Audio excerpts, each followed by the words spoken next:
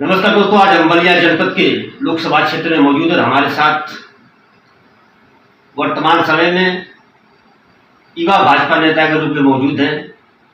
हम इनसे लोकसभा क्षेत्र बलिया की राजनीति पर चर्चा करेंगे। बलिया राजनीति का दृष्टिकोण किस तरफ जा रहा है। सबसे पहले आपका स्वागत है। धन्यवाद राहुल जी। परिचय में बता दीजिए। मैं अवधेश यादव। अवधेश यादव जी, बलिया लोकसभा क्षेत्र की राजनीति इस समय किस ओर मोड़ ले रही है। राहुल जी, बलिया लोकसभा अपने आप में एक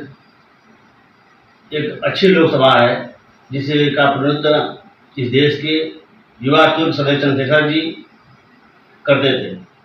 वो आज हमारे बीच में नहीं है, देश के प्रधानमंत्री भी रहे, लेकिन उनके सुपुत्र आज हम लोगों के बीच भारतीय जनता पार्टी से प्रत्याशी हैं। इससे पहले भी वो सांसद रहे इस क्षेत्र के, और वर्तमान में राज्यसभा सांसद हैं और आज लोकसभा का चुनाव लड़ रहे हैं। देखा जाए तो आप मात्र कुछ दिन पहले भाजपा में आए हैं, इसके पहले आप समाजवादी नेता रहे। क्या कारण था, क्या वजह हो गई कि आपको भाजपा में आना पड़ा। देखिए, बलिया का नाम इस देश में ही नहीं पूरे दुनिया में जाना जाता है, वो भी चंद्रशेखर जी के नाम से। वो देश के प्रधानमंत्री है, समाजवादी प्रधानमंत्री रहे, और उनके पुत्र नीरज शेखर जी भी हम लोगों के बीच समाजवादी पार्टी सांसद रहे, जिनका सौम्य और सरल सहायता के प्रतीक है। आपका जीवन सादगी उच्च विचार जैसा है, और हम लोगों के बीच बहुत प्रेम से और बहुत सम्मान देते रहे हैं, और वह सम्मान का जब अवसर आया है तो हम उनके साथ खड़े हुए।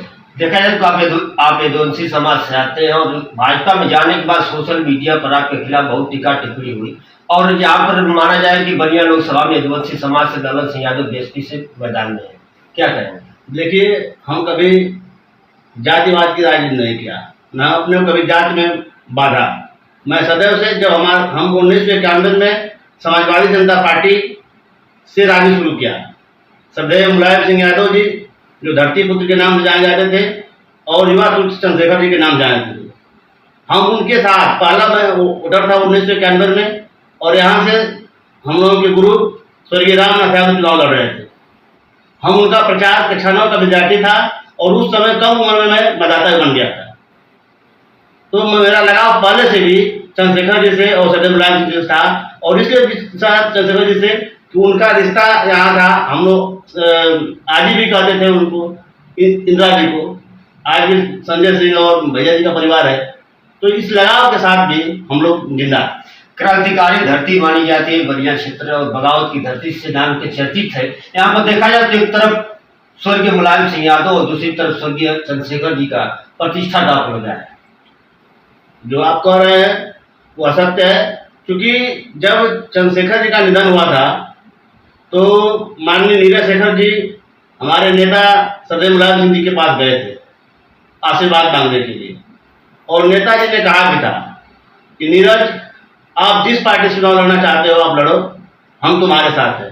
यदि मेरे पार्टी से लड़ना चाहते हो तो तुम्हारे लिए मेरा सिंबल है, यदि आप दूसरे पार्टी से लड़ना चाहते हो तो तुम्हारे खिलाफ मेरा प्रत्याशी नहीं होगा।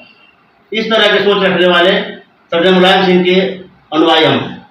अब मात्र प्रचार का अंतिम दिन है, चुनाव का समीकरण क्या बना है आपके नजरिए में।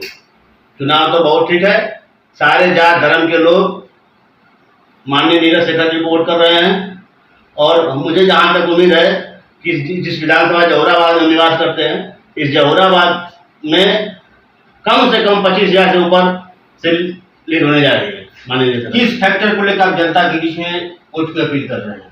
देखिए, सरकार की महत्वाकांक्षी योजना जो यशस्वी प्रधानमंत्री नरेंद्र मोदी जी की है, आयुष्मान कार्ड जो बना है स्वास्थ्य के क्षेत्र में, एक बहुत बड़ा, इस दुनिया में सबसे बड़ा योगदान है।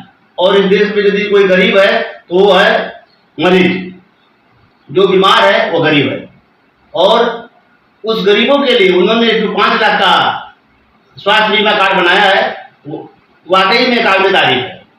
साथ ही जो खाद्यान्न योजना है, और सबसे बड़ी योजना तो मिली कि कांग्रेस की सरकार बहुत दिनों तक देश में रही, वो किसानों के बारे में कभी सोच नहीं पाई।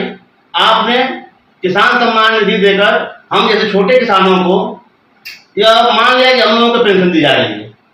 वो भले छोटी रकम है, हो सकता है कि अंत में सरकार बढ़ा दे उसको, लेकिन ये बहुत महत्वाकांक्षी योजना है। आपने कांग्रेस की चर्चा की। कांग्रेस का जो इंडिया गठबंधन की सरकार बनाने के दावा कर रहे हैं, ये लोग अच्छा राशन, अच्छा आटा और डाटा फ्री देने की बात कर रहे हैं। ये तो गलत कह रहे हैं। यदि इनको करना था तो पहले क्यों 10 साल शासन चला रहे हैं, उसके पहले भी इनका शासन था, ऐसा कुछ नहीं कर पाए और विपक्षी पूरी तरह से फेल है। इंडिया गठबंधन के प्रत्याशी सनातन पांडे ने टिकट पाने के बाद एक बयान दिया था कि या तो मेरी लाश उठेगी या तो बलिया के डीएम की लाश उठेगी। गलत तो उन्होंने बोला था, ऐसा नहीं होना चाहिए। राजनीति में कभी भी धमकी नहीं देनी चाहिए। देखा जाए कि 1 जून को मतदान होना है, अपने क्षेत्रवासियों से क्या अपील करेंगे? मैं अपने क्षेत्रवासियों से यही अपील करना चाहता हूं कि आप जात धर्म से ऊपर उठ के, पार्टी दलों से ऊपर हटकर इस बलिया के सम्मान के लिए, बलिया के विकास के लिए माननीय नीरज शेखर जी को आप वोट करें और 1 जून को 1 नंबर पर कमल निशान है, आप